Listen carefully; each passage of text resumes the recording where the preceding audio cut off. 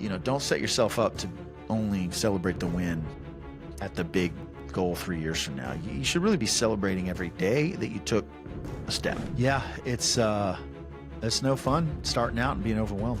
Aviation was so incredibly overwhelming. It's scary when you're in it, but it's like, this is when you buy it, right? There was a deal that I had to take over from a partnership. Huge challenge for me last year. But honestly, I like to get up and I like to go to work and I like to be busy. So I plan on always working. I want to get to $25 million this year. We're at $10 million, $11 million right now. There's a line in Think and Grow Rich, which I've read probably 100 times in my life, right? It said your estimation of limitations is not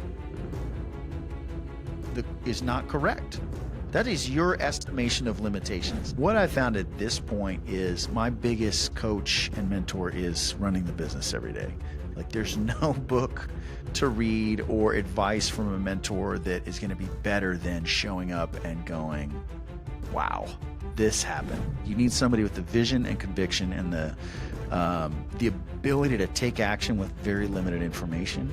That's what I do. I think I've gotten good at some things. What I've found over the years is I'm the guy that will go over the hill with the machine gun first. You know, I don't know if I have a disorder or something, but I can be extremely focused when I get a hold of something. I got a million ideas. I think I was frustrated in the corporate structure by not being benefited from my ideas. When I got started, I would write these things down and they have magically come true, but I did not believe them, right?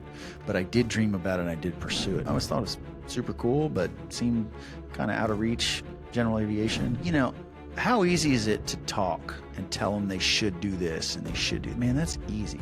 How is it to go demonstrate that and not say anything? Right? He's like, I'm starting an orphanage in the Philippines. I was like, that is so cool. I want to fund that. I have no idea what to do with a nonprofit or how to do it, but I'm a big fan of just starting it and shipping it and then iterating. I'd had the company for a number of years and we're starting to do these really big deals, you know, $20, $30 million deals.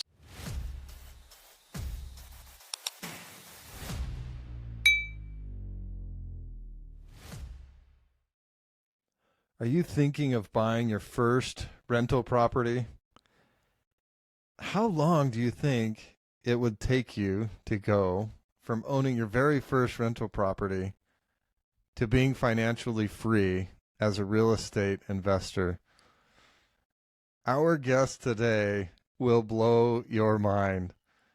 His journey over the last 12 years has been from buying his first rental property to now owning over 5,000 units, having 75 employees, and starting a charitable foundation to do good for people all over the world.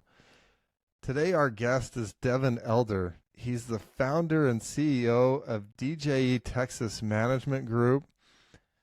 They're a vertically integrated multifamily investment firm based in San Antonio, Texas. Devin is also a pilot. He's a podcast host. He's the owner of a real estate consulting firm, a real estate brokerage, and the DJE Foundation, a nonprofit whose mission is to improve the lives of disadvantaged children. I'm excited to have as my guest today, Devin Elder. Alan, it's a pleasure to be here. Thanks for having me. I wanted to start with the introduction. I was intrigued by what you started in 2020, the DJE Foundation, and the mission that you have there. Can you tell me about that? Absolutely. In 2020, I'd had the company for a number of years, and we're starting to do these really big deals, you know, $20, $30 million deals. And that was significant given that I started in real estate buying a rental house for 40 grand, and I thought that was a lot of money at the time. And so things really escalated to the point where I left my job and the company was growing, and we had some really huge wins. And it felt a little imbalanced. I felt like I got to a point where, not quite to the point of, hey, what is all this for? You know, I'm continuing to build. I love having companies. I love staying busy. but it felt like you needed some sort of a counterbalance to this pursuit of building these businesses. And it just kind of occurred to me that, I want to be in business for decades, and let's set up a nonprofit and let's funnel some of the profits from some of these companies over to the nonprofit. And, over the years, I'll get better at it. I have no idea what to do with a nonprofit or how to do it, but I'm a big fan of just starting it and shipping it and then iterating. So that's what I did. Started DJE Foundation, started putting, hey, every quarter we're going to earmark profits from these companies. All operating companies. We don't put anything in the foundation from like companies with investor capital in it, that are running properties. But some of our operating companies and some of my investments, okay, hey, it's going to go to the foundation. And then I just really didn't have any idea other than I kind of felt called to start it, and let's see what happens. And so what has become a few years later is, and I've been, after talking to directors of nonprofits, saying, hey, I'm kind of lost with this nonprofit. But they said, no. You're right on track. You're a business owner. Go. That's what you do best. You go do what you do best. And then you write us a check. Now, of course, the director of a foundation, of course they're going to say that. But that made a lot of sense to me. So that's kind of what the foundation is now is, all right, let's just keep doing what I like to do and building businesses. And as the businesses are more successful, I love automation, right? So if the business is 10X, the foundation is going to 10X. It's just a matter literally of some accounting entries every quarter. And then, then we got some money in the bank. There's $25,000 in the foundation account. Its operating expenses are like zero. So, what do we do? Well, we're going to write a grant to the foundation that I know the director of, whether it's local or Philippines or whatever. So there's a handful of foundations now that we've gotten to build some relationships with, that we can just write them grant checks, and it's the coolest thing. It's the coolest thing, and it keeps me motivated in a way that's different than some of the other motivations in business. So that's where it is. So DJE Foundation has a mission to improve the lives of disadvantaged children. There's a lot of ways to make a difference in the world. Why was that one important to you, Devin? Well, on a very practical level, when you're setting up a foundation with the IRS, you have to pick a code, right? So it's like all these things that it could be.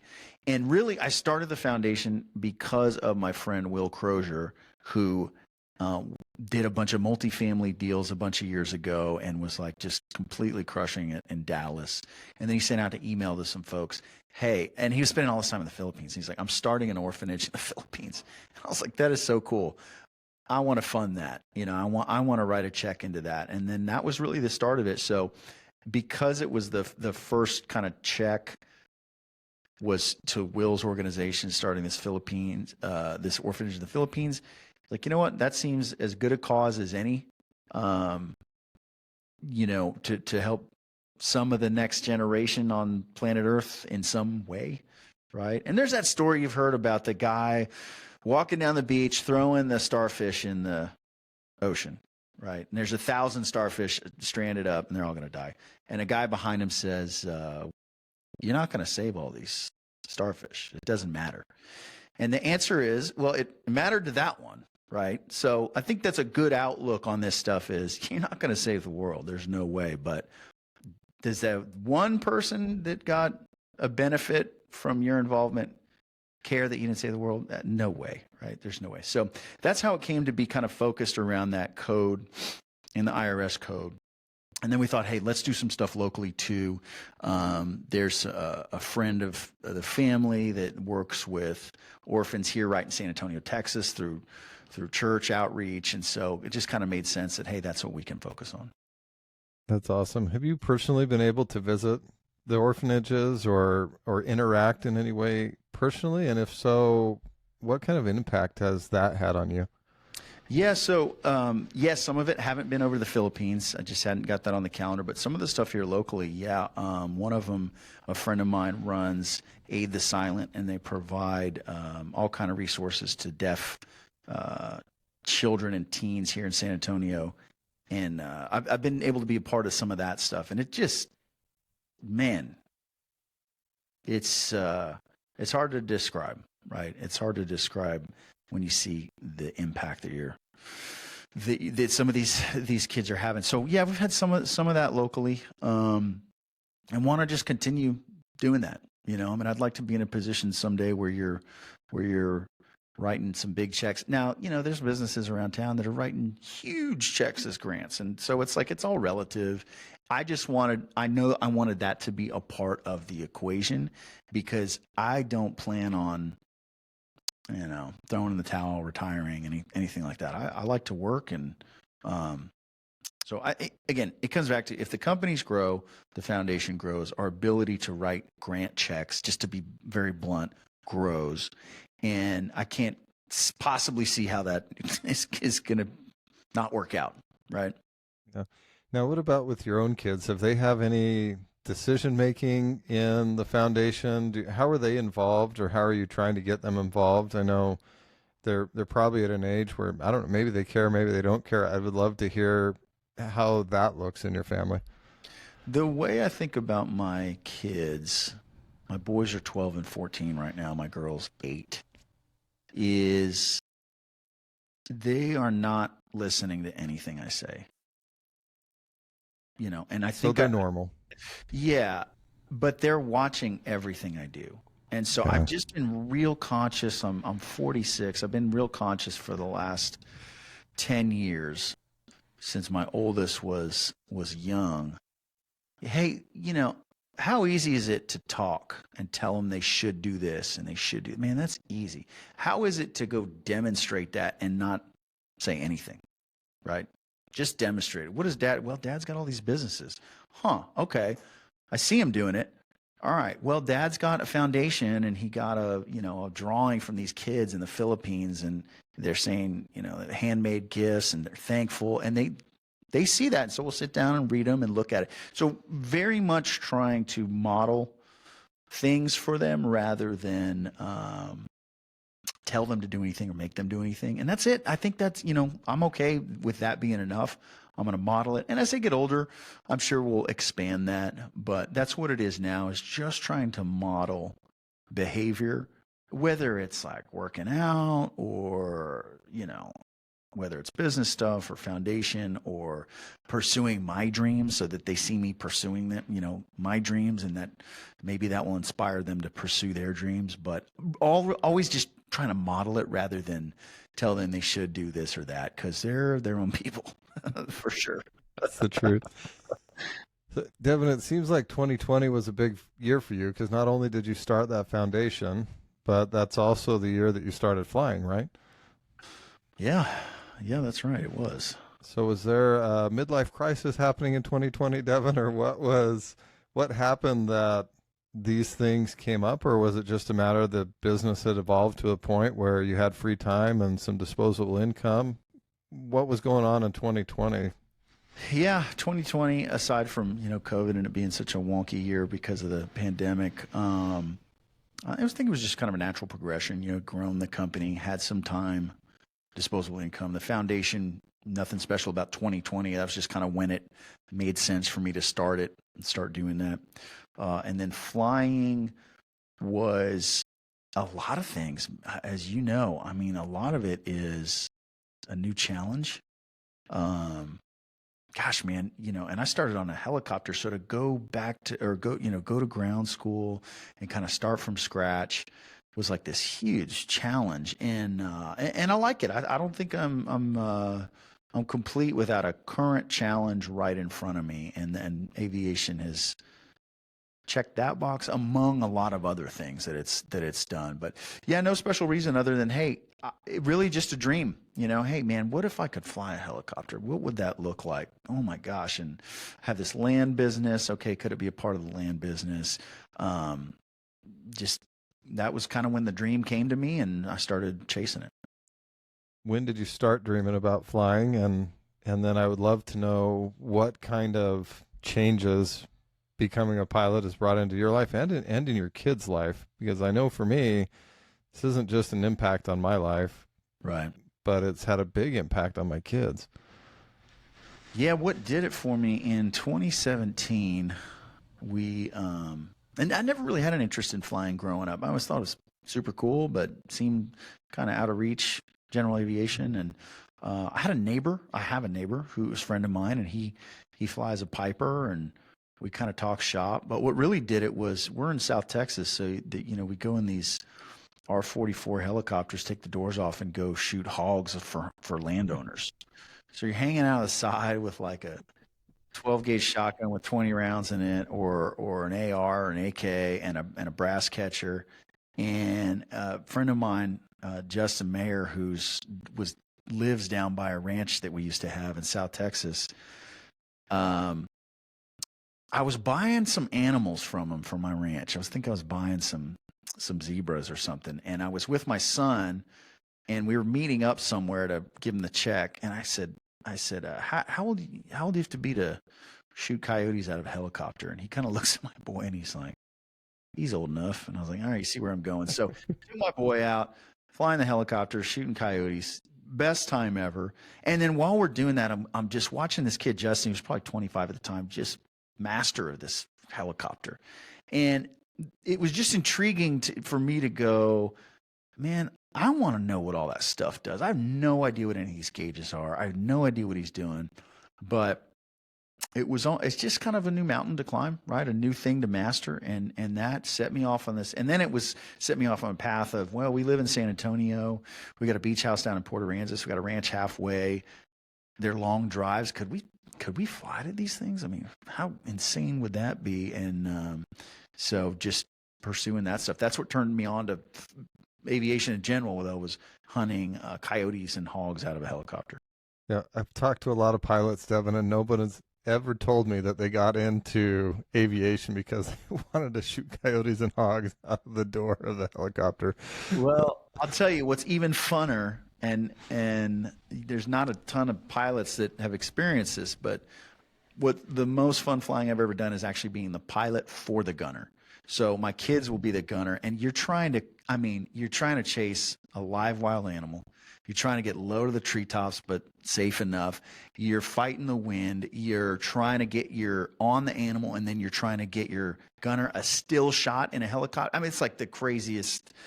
And your doors are off, so that is actually the most fun flying I've had, is being a pilot for a gunner in that scenario.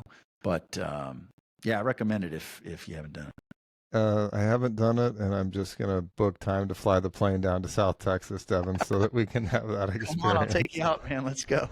I'll actually be in Austin in a couple of days. So. Okay, cool. Nice. Yeah. So all of this is a really long way from where you started. And I was just at lunch this morning with a friend who is, he's got $50,000 or $60,000. He's trying to get started in real estate. And he asked me the question, with the guys that the guys that are coming onto your show, what is the difference between them and me? And I said, well, there's really just two things. Is they took action and they've had a little bit more time doing it than you. They didn't start out where they are today. So as you look back, you bought your first house in 2008, I think is when later. It's 2012. In 2012. Okay. I bought my first my first ever house to live in 2007 with a signature, right?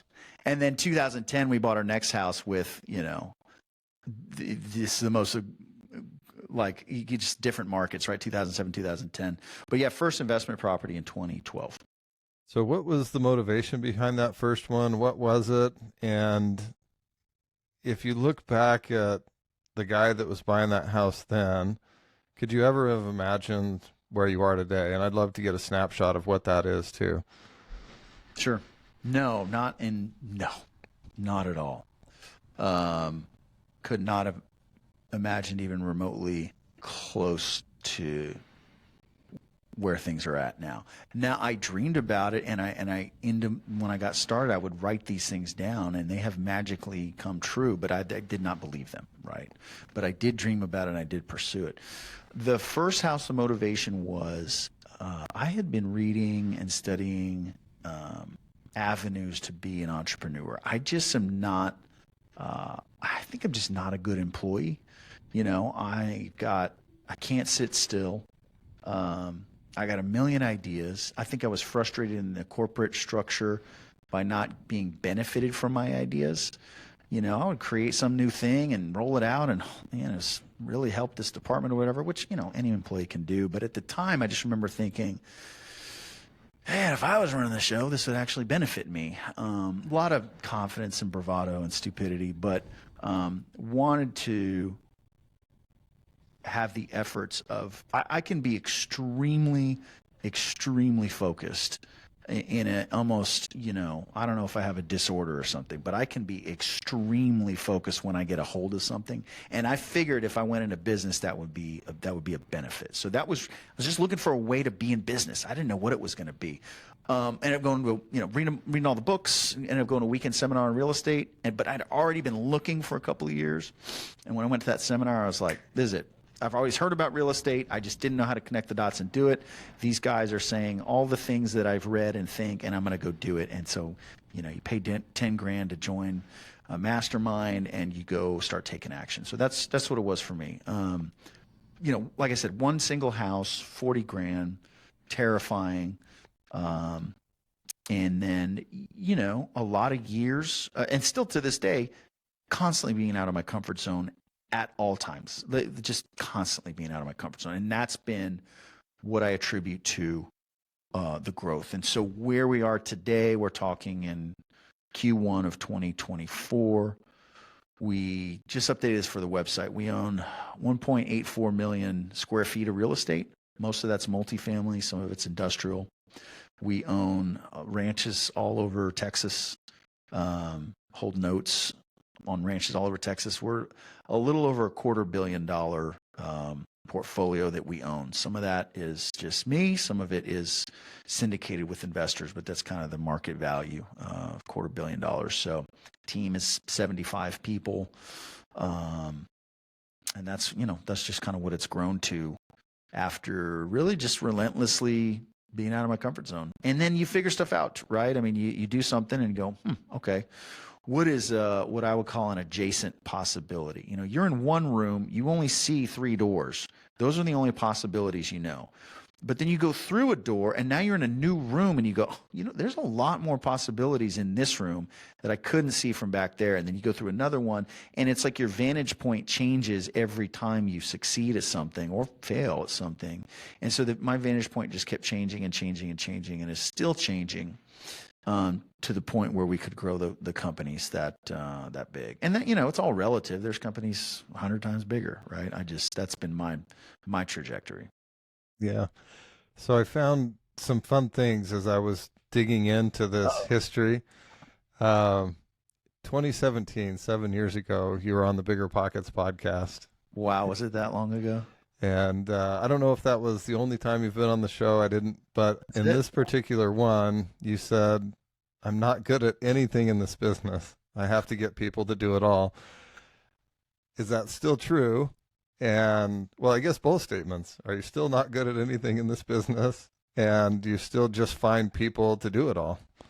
I think I've gotten good at some things. What I've found over the years is I'm the guy that will go over the hill with the machine gun first. And I thought everybody was like that, and they're not.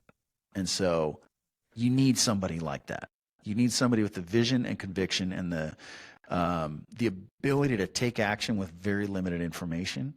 That's what I do, right? Among other things. And sometimes less ability. I remember, so we're developing 92 unit apartment complex here in Phoenix right now.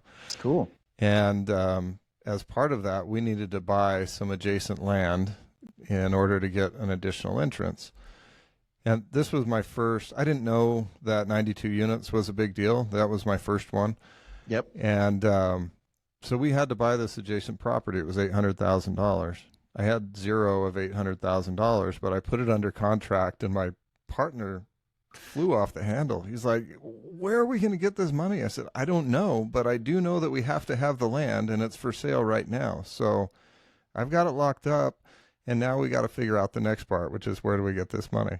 Yep. And so I really, really resonate with the fact that you say you're just willing to go over the hill with the machine gun. For me, that's always felt like, I'm not really sure how this is going to work out. I just know that's the right direction and I'm going to head that way. And if it doesn't work out, I got some bumps and bruises and I learned some stuff along the way, but it seems to work out. I couldn't agree more. And I've been surprised so many times that, that worked out. And then once it works out, you sort of put this new capability and confidence in your tool chest where you go, the next challenge you get, I've seen this before. You remember that movie, The Italian Job, with Mark Wahlberg? They had the Mini Coopers. They do some job. The opening of the movie is they're in Italy in those cars. They do this Italian Job. It's the name of the film. And it's kind of a small job. Well, later they're doing a huge job, and Mark Wahlberg says something to the effect of, "This is just like the Italian Job, guys," to the team. "We've done this. It was a smaller scale." And I think about that over the years. Like, this is just like that other project. It's just bigger, but I can do it because I've done that. I proved it to myself. I can do this. It's bigger, but it's like that other job that we did. And so it's just kind of stacking up those experiences to give yourself the confidence to take the bigger project on. So from that period, 2012 is the first house, 2017 you're on Bigger Pockets and you don't know anything about what you're doing. What was the portfolio at that point? Was it, now I have 10 units, I've got 100? How much was that 5-year growth? By 2015, I left my corporate job. So 2012 first house, really worked like a dog for 2012 to 2015, which is when I left my corporate job. So at that point, I had like 22 units of cash flowing real estate. One of those is a 6-unit apartment complex, and then a bunch of single family. And I had started flipping houses to kind of stack capital. So I'd flipped a bunch of houses by 2017, like a lot of houses. I might have even had my first like larger multifamily, which was a 75 unit. I can't remember the exact dates.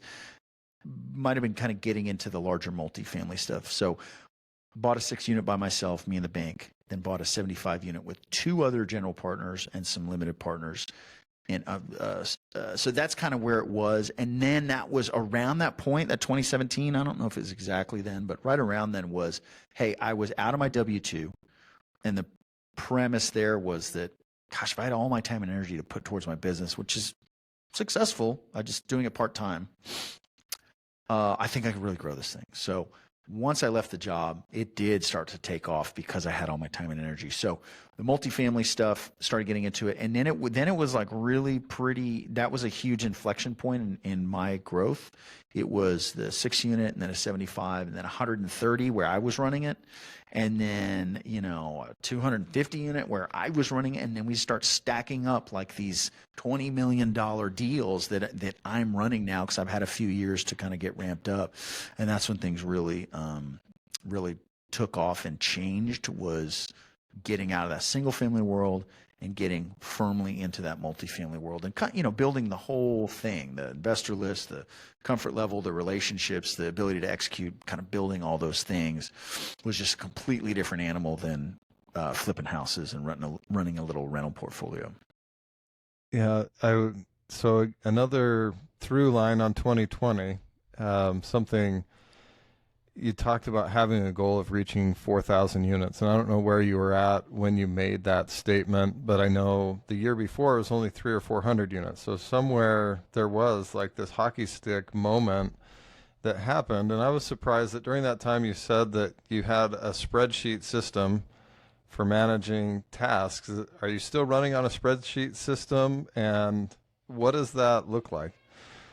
Yeah, I mean, no. Short answer, no. We've got a team of 75 people now, so we have an accounting department, right? We have dozens of staff on site at properties. Obviously, we've got an investor relations team. So I mean, it's completely changed.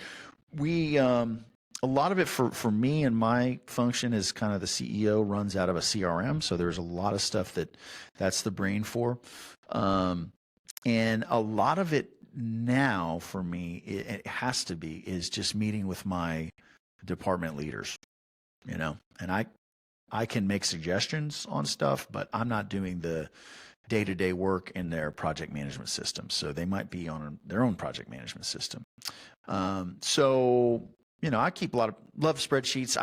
I think to the youngsters listening, if you can become a wizard at Excel, that's going to do more than like any single skill I can, other than sales, like which is kind of a soft skill, but like a real technical skill, go learn Google Sheets and learn Excel and learn to really know your way around that thing. So yeah, I still use that all the time. But in terms of systems, yeah, I was kind of doing it all as a solopreneur is very different than doing it as an owner of a company that's got 75 employees. So a lot of it is, a lot of my week looks like, hey, I'm going to meet with my director of operations. I'm going to meet with my HR administrator. I'm going to meet with my director of accounting. I'm going to meet with my director of investor relations, and we're going to, work through whatever they're working on, and I help them and guide them however I can. And that's most of the work, I think. And then just trying to dream up new stuff and improve systems and,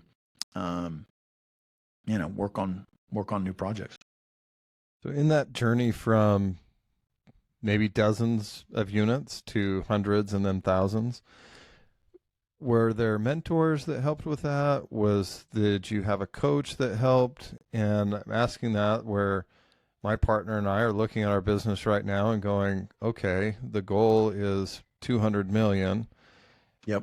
And right now we're 10 times smaller than that. And we recognize we have to be different. We have to have different systems. So what helped you make that leap? Because from where we're standing, that looks huge. And I have a lot of people, and I'm sure this happens to you also, people that I go to church with or that I've known from high school that will come and say, I just can't believe what you've got going on. How did you do that? Right. And it doesn't seem like that big a deal from where I'm at right now, but that next step looks giant. So what advice could you give, not just me, but anybody else maybe that's just looking to get started? Yeah, so to answer your question, yes, I've had so many mentors and coaches over the years and continue to.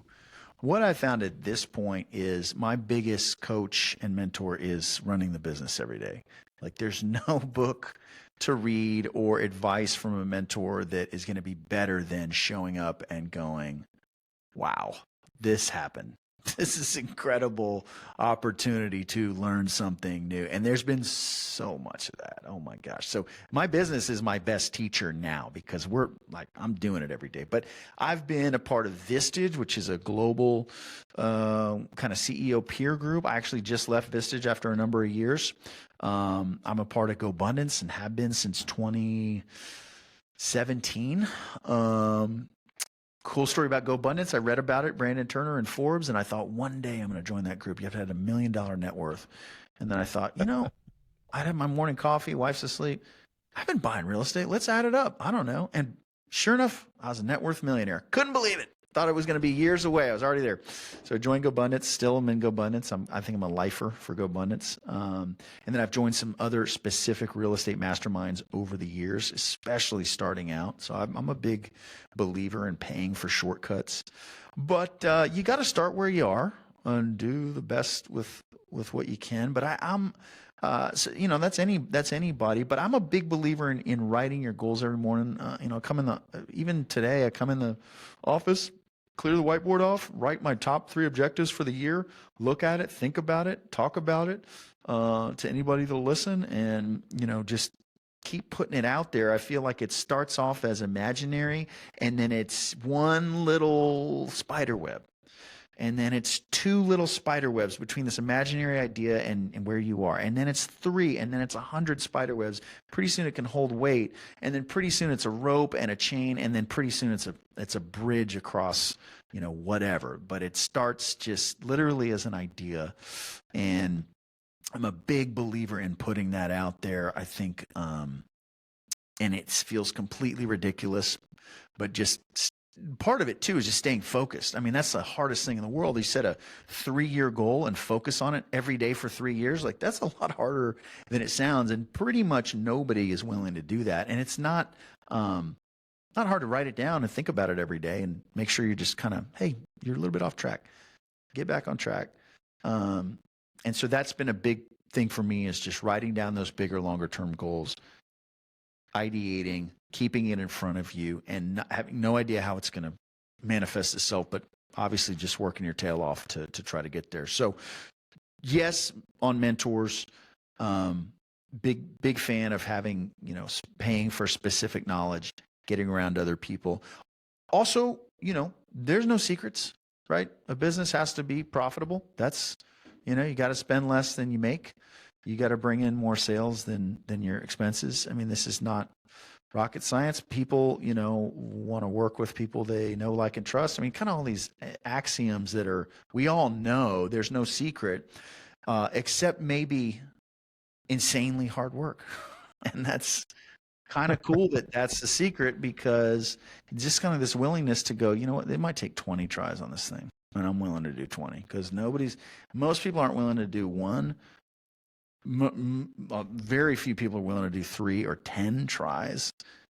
I'm going to do 20 tries until I get this thing right. And that it gets very quiet on that last mile, right?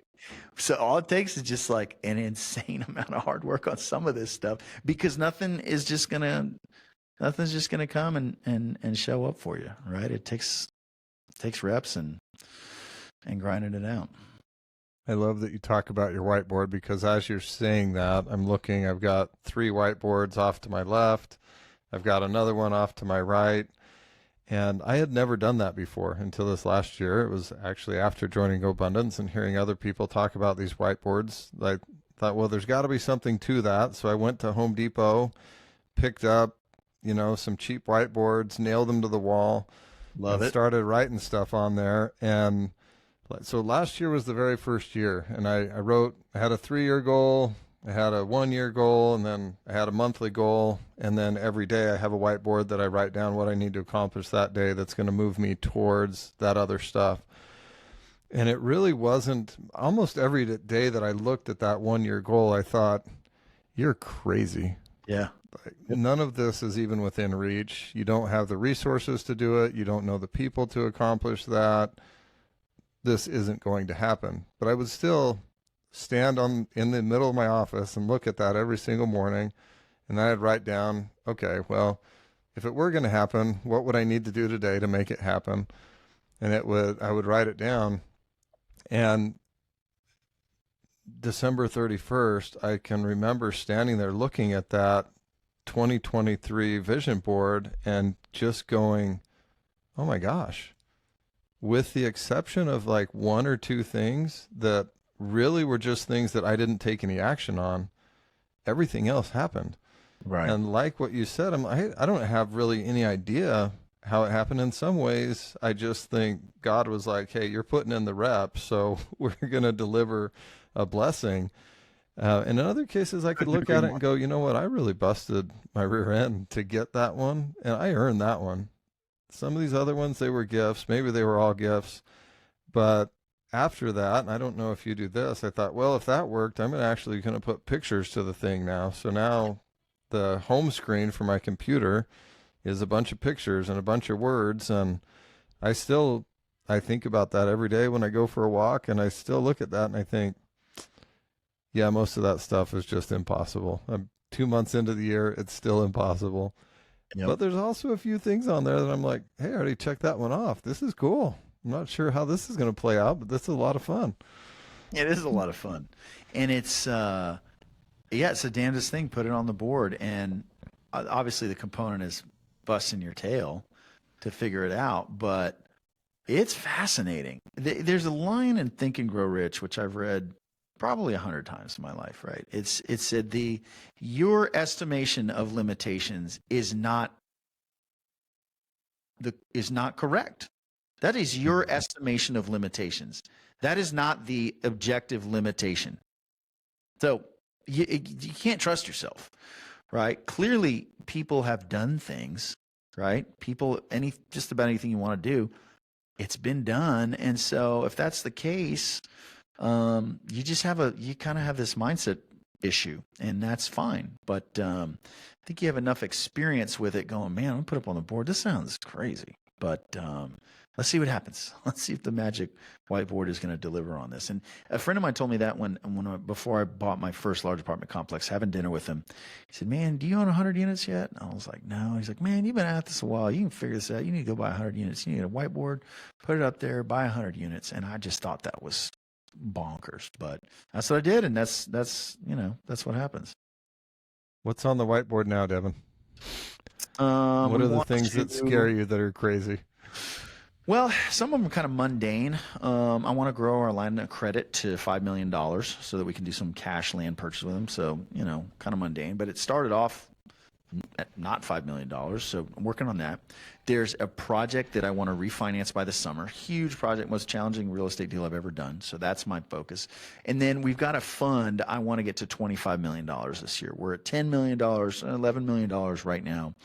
I want to grow it to 25 million, and that'll facilitate kind of more of the deal flow that we have now. So that's it. It's refi this deal, get our lines of credit at 5 million, and fund at 25 million. And that's what I walk in and write on the board every day at work. I got other goals in life, but those are the work goals, and I love the simplicity of it. And it really helps me keep me honest. I'm like sitting there working and look at the board. Am I working on that? If I'm not, man, there's somebody in the company that can be taking care of it. I need to be working on this stuff. And so it's like my own kind of accountability system Yeah, I love that. Yeah. So from where you're sitting right now, how long are you going to do this? Are you like, I just enjoy it so much. It's not really work. So I just keep doing it. Is there a point where you're like, yeah, I think I've had enough fun with this. And now, I'm going to go do something else. Has that crossed your mind, or is it just right now what's on the board is on the board? Yeah. So I don't plan on retiring.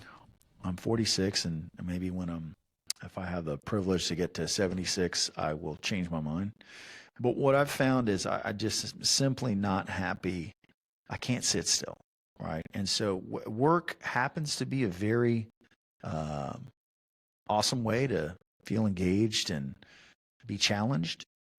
I'm a pilot too. I like to travel, right? So there might be more travel in the future, longer trips. I fly a TBM. It's pretty capable to get around, really the world. And so there might be more travel, but I don't, I was actually doing some planning on a portfolio that we're building and we might sell, and, going, okay, what if there was a $50 million exit? Today, nothing really changes, man. I travel with my family, but honestly, I like to get up and I like to go to work and I like to be busy. So I plan on always working. It's been a real blessing to be able to kind of refine what I work on over the years to where kind of just making the big decisions and some strategy stuff and big relationships. And I love that stuff. And it gives me purpose, right? It gives me purpose. So I don't really want to retire into anonymity. I also hear guys like Willie Nelson or Hulk Hogan out there doing their thing, and they say, man, if you slow down, you go down. And my father, who is, in his 80s and has Parkinson's, he says the same thing. He's like, you just got to keep going, man. And so that's my game plan. And it really, and back to the kind of start of the conversation, companies are growing. We're employing a lot of people. Foundation is growing. We're having a bigger impact there. And I just enjoy being a business guy. I like having different businesses. I enjoy the interaction and the challenge. So again, 46, maybe in 20 years, that's different. But a long time ago, I decided that I was going to structure things so that at least as a target, every day is a good last day. So I'm not waiting for some payout and I'm going to cash a big check and go to. I met with a guy, it was actually helping us with one of our deals, and he's building these deals. And he's like, man, I just want the cash flow. And then I'm just going to go down to the Bahamas. And I was like, cool, man. What are you going to do? I'm going to go fishing. God, I said, oh, I love fishing in the Bahamas, man.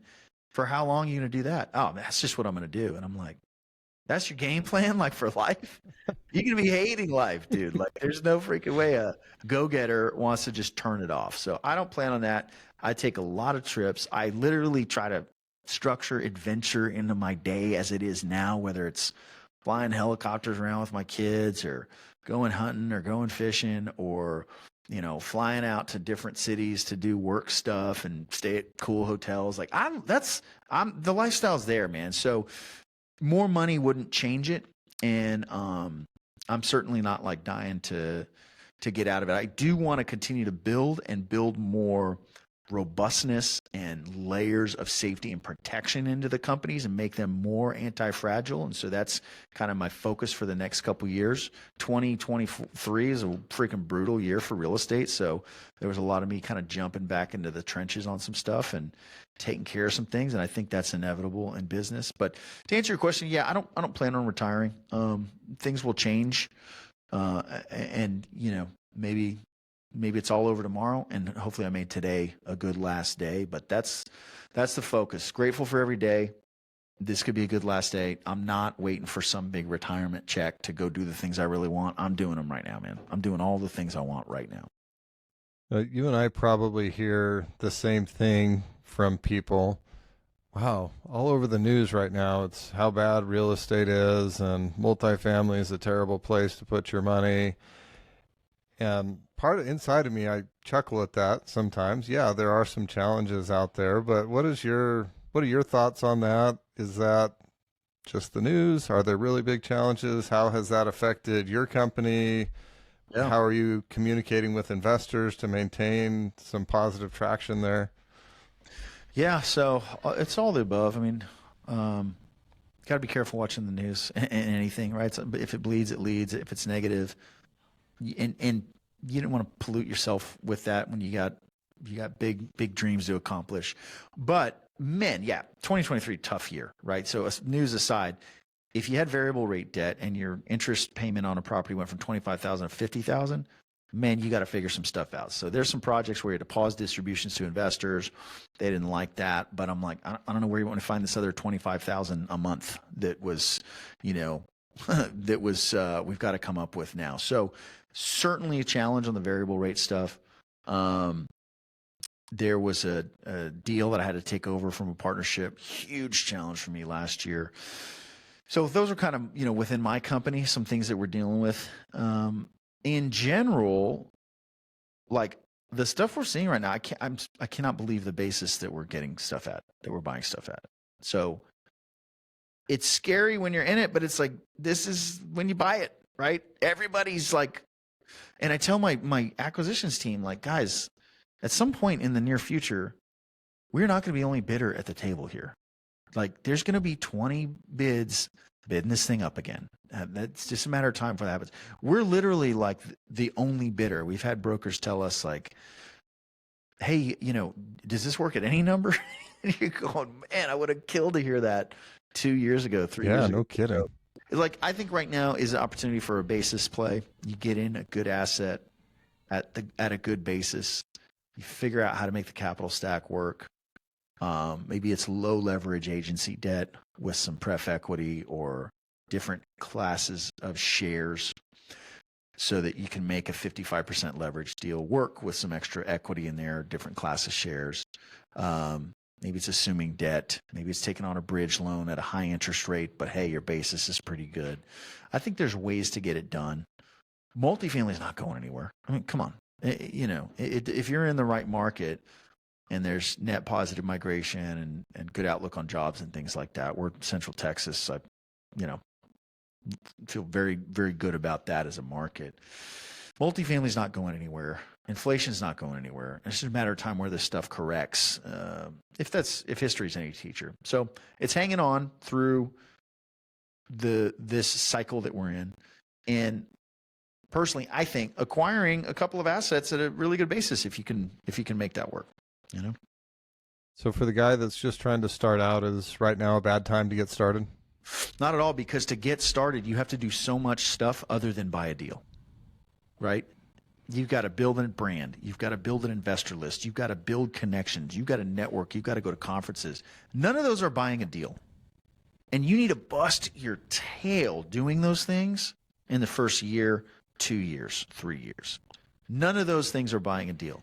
So don't wait until market conditions are good to start. Man, join a coaching program. Get your brand launched. Start talking to people. Set up your CRM and your system so you're not fooling with that stuff later.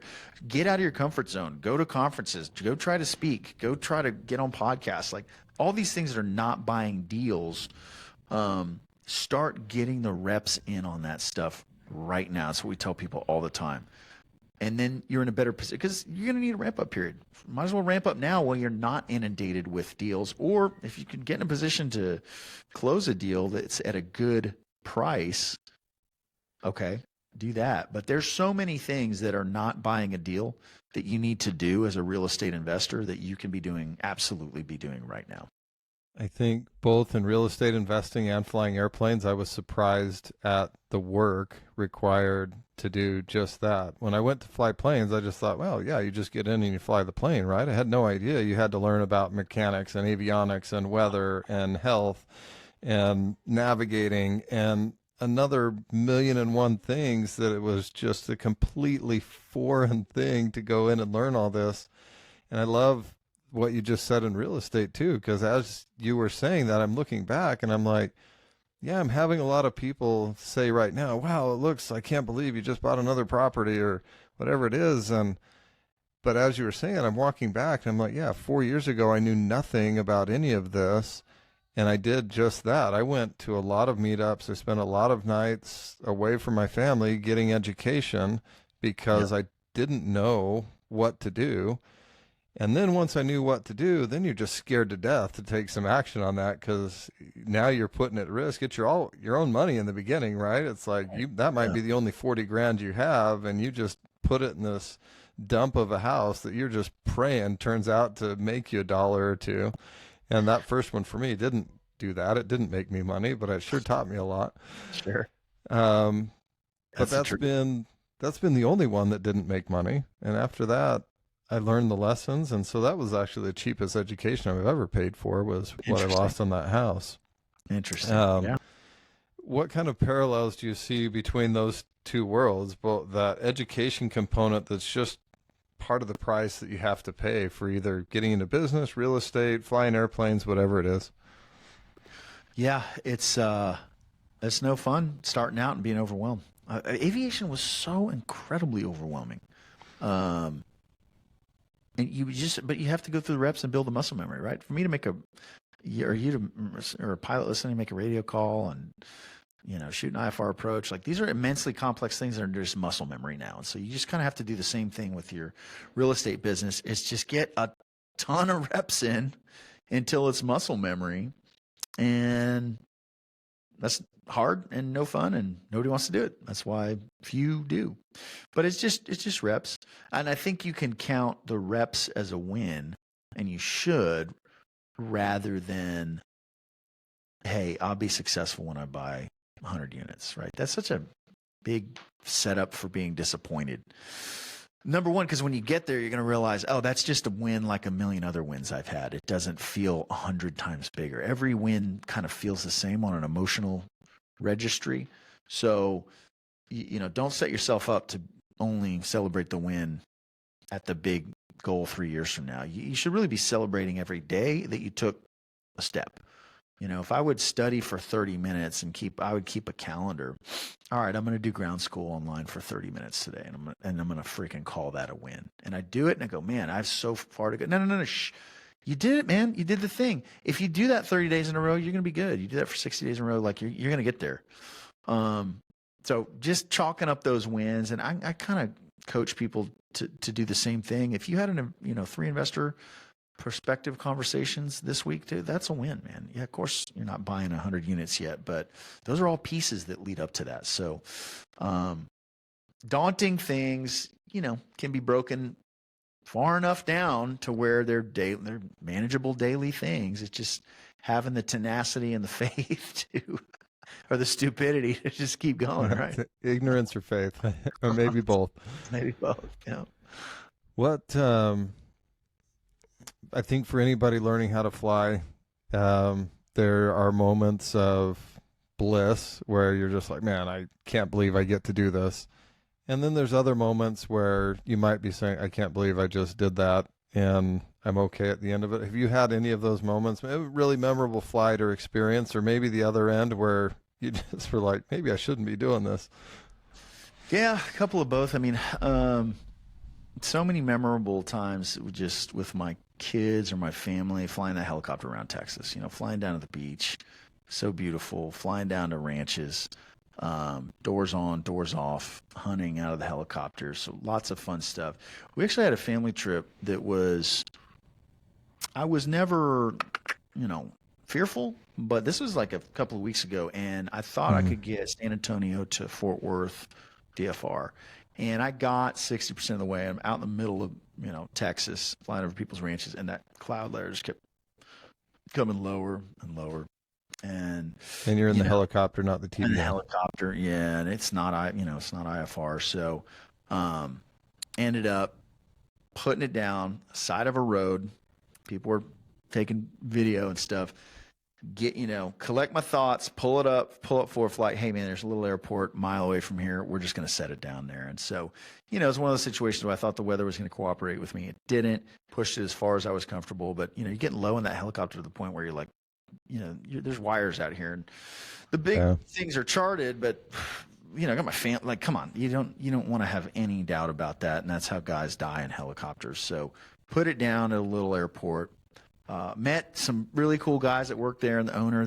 My daughter's in cheer. We were taking her to Fort Worth for cheer. He gave us the crew car for the weekend, and we drove drove the rest of the way. So that was kind of that was really the one thing in aviation for me that was like, we had to abort that trip, and it didn't go as planned. So some of the other adventures, though, kind of high points, taking the TBM to the Bahamas, just incredible. Is that intimidating for the first time to leave the country and fly under different air traffic control? I haven't had that experience yet, but it's on the pilot bucket list. I cheated, so I kind of went about my whole aviation journey in a weird way. I bought my helicopter before I was licensed.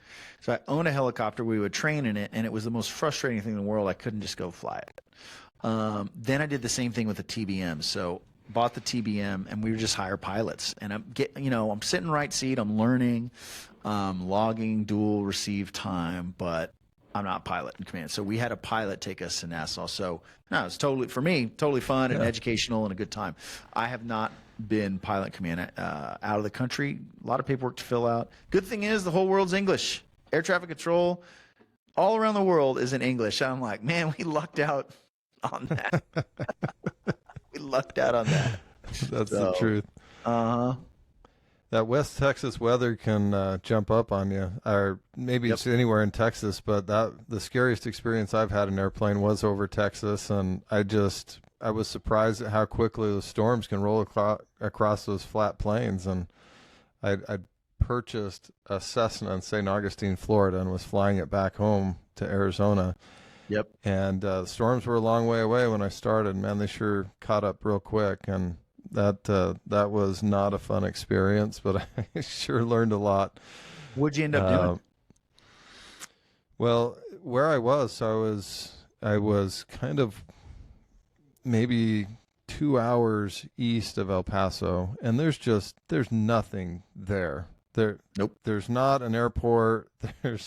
I don't know. There weren't even any great roads, it looked like. And so I got tossed around for, probably about 2 hours, where that wind just, when you have a 60-knot wind and a 90-knot airplane, you're not having a fun time.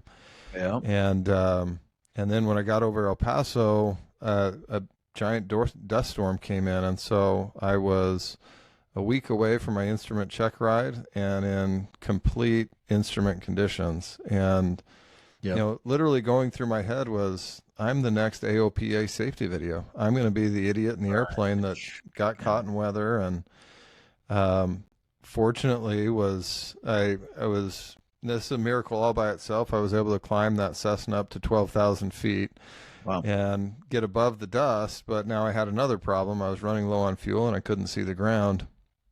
And I was just kind of circling west of El Paso, hoping some of that dust would clear, and was able to spot the Dona Ana jet port underneath me and just circled down. I had about a 35-knot crosswind, and if you've ever attempted to land a Cessna in a 35-knot crosswind, you'll know how much fun that was. And when I got on the ramp, I think I just sat in the seat and shook for about 5 minutes, just the adrenaline releasing and just the recognition that,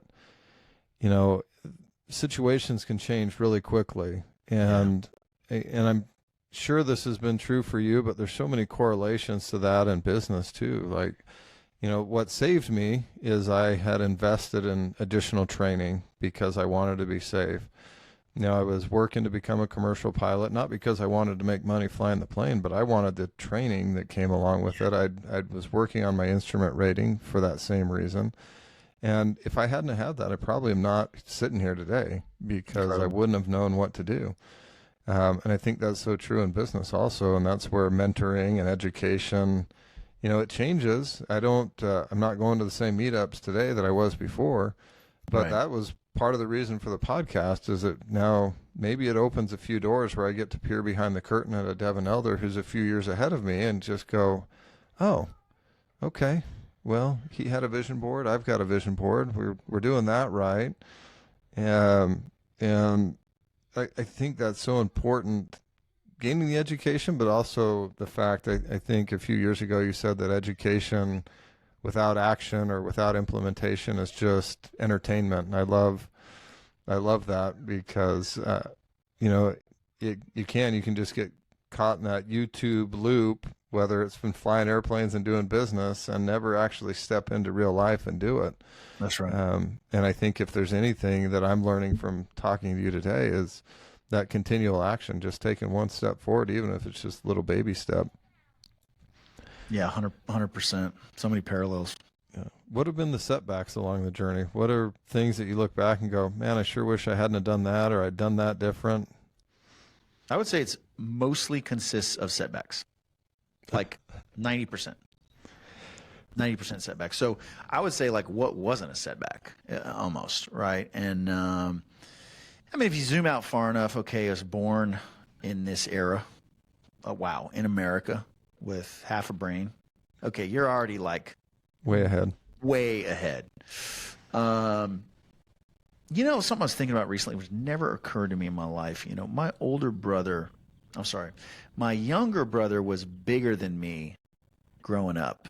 And it never occurred to me until last week that I think I developed sort of maybe a financial mind because I couldn't beat him when we were kids. And he was my little brother. And it was so hard for me. And that was like since day one, and since we were kids.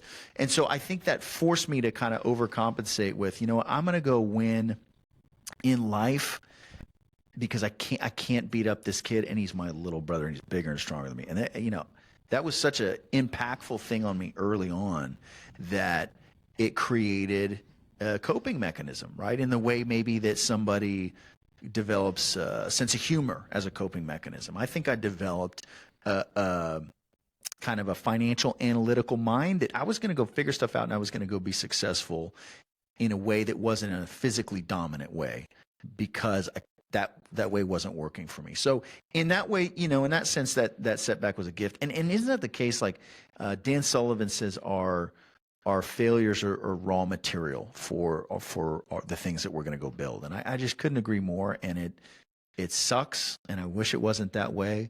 But where we are as a company is the result of banging my head against 10,000 other closed doors, and these were the only ones that were open, that were left. And they happen to be what we've built today is really all that's left from just a graveyard of failures. Now, nothing fatal, never lost investor capital, right? Never defaulted on a bank loan, right? I mean, the big stuff, fine, never, had criminal issues, things like that. But within the course of everyday business, every mistake imaginable, right? Everyone imaginable. So I love when you're zooming out, you might be able to look and say, wow, this has just been 15 years of success. Everything's gone right, and you've gone from one house to 5,000 or whatever the count is right now. But along the journey, did it feel like you were succeeding, or did all those failures, does that have the tendency to mess with your mind, right? It's been all the above. I remember the early wins were so dopamine inducing. They were difficult to deal with. What's funny is, like, you know, a $30 million deal closing right now does nothing for me, like emotionally. It just kind of, I'm at work. I remember driving around San Antonio with my third rental house, and I thought I was the king of the city. I'm driving around the highway. I'm going, I've got 3 now and a house that I live in. I'm like basically a king. I'm a king. I'm a king. Yeah. Let's just come out and say it. I'm basically a king. I'm basically king of the city. You know, I never owned real estate, and now I had 3 rental houses producing cash flow. Like the dopamine was so. I remember being at work and, you know, in my day job, trying to do both things, and a closing would come through, and I just felt like I wanted to just scream at the top of my lungs in this cube farm and give somebody a hug and a kiss. And, you know, it was just like, so many highs, but the highs, I think the big highs were earlier on. As you get, like, as you progress, it's kind of like, yeah, you know, I mean, it's just kind of what it is. I've been thinking about this concept lately, and it's the energy. You need to think about the thing that you want, and then imagine yourself having it and being bored with it. And that's the energy you need to have, because that is what will happen, right? For me to go fly a helicopter down to the beach right now it's cool experience, but like, and not that I'm bored, but it's not the same rush as the first solo flight.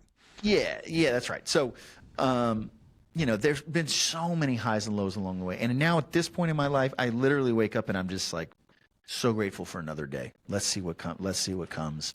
So grateful to just have the gift of another day, and I think that gratitude focus that works best for me. What are your daily habits now that keep you going? Yeah, I have a pretty good habit. You know, I've used to get really down on myself on getting 100% of stuff, and now I'm shooting for like 70. So I have a weekly. I have a sheet. You know, Apple Notes. What's an ideal week look like? I want to be getting sun 3 times a week. I want to be doing grounding 3 times a week. I want to be eating. All I eat's meat, right? So we can debate that till the cows come home, but it absolutely works for me. So I want to keep super clean diet. I want to have no more than 1 cup of coffee. I want to work out 3 times a week, and I have a very kind of specific, simple workout regimen. And those are the things I've found, you know, health-wise, that keep me happy. And I've built my life to kind of incorporate those things and have just bake those into a good week. Super simple stuff, easy to do, not overly, you know, difficult. It's just keeping them in front of me and executing it. So those are the habits. And then at work, you know, I have a pretty good routine with the system and kind of tasks that I work through, and meeting with my direct reports and kind of the things I need to get done in a week so that I feel good on Friday. And I like to work hard, man. I'll come down to the office sometimes at 5 in the morning. You know, I'm an early riser, and I will drive down and miss traffic and start working on stuff. And I'll go home sometimes at 5 or 6 at night. Now, I could take the whole week off if I wanted, but that's how I operate best, is working a lot. And I found that works well for my balance with my family, because then I really enjoy my time with them when I am with them, and I can be present. And that's what, you know, those are my current habits, I guess you could say. Awesome. One of the things that my dad, probably one of the things he said most often was, Alan, remember the little things. Yeah. And one of the purposes behind this show is to identify the little things that anybody can implement today that will move the needle in their life. So maybe as you look at yourself, where you're just starting out in your real estate journey, what would be a few little things that you would either say to yourself or somebody in that position? There's so many tactical things, but I'll tell you, the one thing for me now is, you know, I wake up early and my mind's racing, right? We're always, oh man, it's like your guard's down.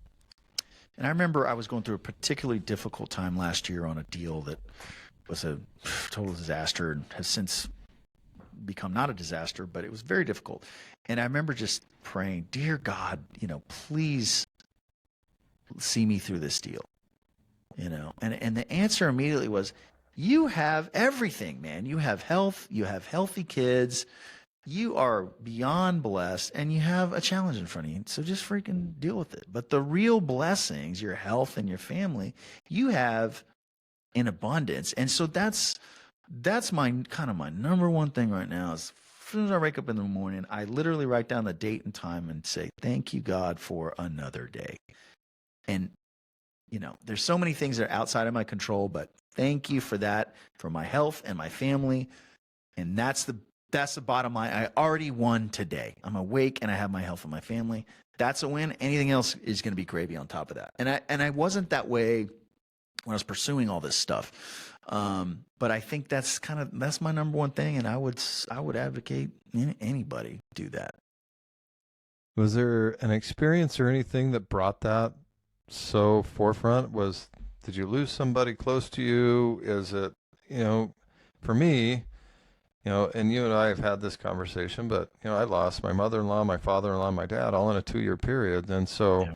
Literally on the home screen of my phone for the last several years has been just 2 words, be there. Mm-hmm. And that was my number one goal. I wanted to be there for my family. And that meant I needed to get healthy. That meant I needed to be financially free. And those 2 words have motivated me to make a ton of changes. And you've said several times how grateful you are for just one more day. So I'm really curious, was there somebody that didn't get that, where that affected you? Or is that just, you've grown into that? I think I've grown into it. I mean, I've had friends die over the years. I'm fortunate that my parents are both here. My siblings are here, and I haven't had a close death. I think, for me, that came out of really getting my butt kicked last year on a deal that I just could not see a way out of, in the middle of just feeling overwhelmed by that. That kind of brought my focus back to gratitude. And so that's what it was for me. It wasn't necessarily death of a family member, but it was being completely pushed up against the wall and not seeing a way out on a deal that we ended up figuring a way out on. But that was, at the time, middle of last year, it was as dark as it got. I love the perspective, Devin. With your foundation, is that your company capital and yours that's doing these projects? Can other people participate in that? And if they want to, how do they find you there, if that's an option? And then your track record should be very compelling to investors to be able to, especially in today's market, to be able to claim you've never lost investor capital. And I'm sure there's adjustments. So those 2 ways, if somebody wants to participate with you, either on the charitable side or in any of these deals that you're doing, what's the best way to go about doing that? Yeah, I think on the foundation, we haven't opened it up yet. I just kind of, I'm content to just, if our company grows, foundation grows, and we can write grants. And maybe in the future that changes, just haven't built it. On the investment side, our website's DJE Texas, Delta Juliet Echo Texas.com. And there's, you can sign up to learn more about our projects. We've got a fund. We're doing different land, industrial, and multifamily stuff out of San Antonio. So would welcome a call to chat with folks if they're interested in that. Okay, one last thing. What would be some little things that you want to pass on to your kids? What do you hope for them? What are some little things you hope that they remember? I hope they see me chasing my dreams and have the courage to follow that example, not because I told them to, but because they had that example. We need examples for anything we do. And I hope I am that for them. And their dreams might be completely different than my dreams, and I don't care. But I hope they have the courage to chase their dreams. That's awesome. Devin, thanks for spending some of your day with me today. This has been awesome, and we're going to do some helicopter hog hunting here in the near future. I feel that I'm going to put that on the whiteboard, and we're going to make that happen. It's going to happen, man. Alan, thanks so much. This is fun. I was looking forward to this. I saw this on my calendar, and I think you have a great you've been on my podcast, and I really enjoyed that exchange, but I like the angle that you have here on this podcast. And I was honored to be a part of it. So thank you. Thank you. It's been my pleasure. My guest today, Devin Elder, has talked a little bit about how aviation has changed his life, accelerated relationships with his family and his business. Aviation can be a powerful tool for changing your life and the lives of others.